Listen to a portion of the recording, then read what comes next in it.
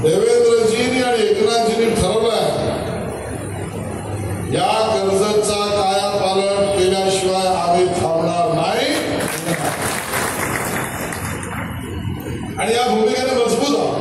Ramdas आठवलेजींचा RPS सुद्धा मजबूत आहे आणि मी मगाशी पण म्हटलं जो उभाटा बरोबर गेला तो भुईसपाट झाला। उदाहरण आहे मी म्हणतो म्हणून नाही, या बिहारमध्ये काँग्रेसवाल्या भुईसपाट झाले की नाही झाले, कारण उभाटा बरोबर आहे।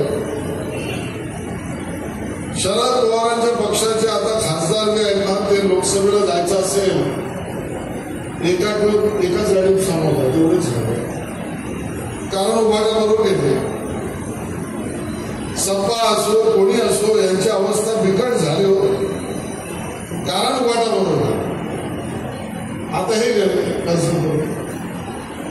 निवडणुकीचा निकाल लागलाच म्हणून समजा आमच्या लाडताई नगराध्यक्ष आणि नगरसेवक बैठक कार्यकर्त्यांची म्हणून सांगतोय की पण रात्रीचा दिवस करायला,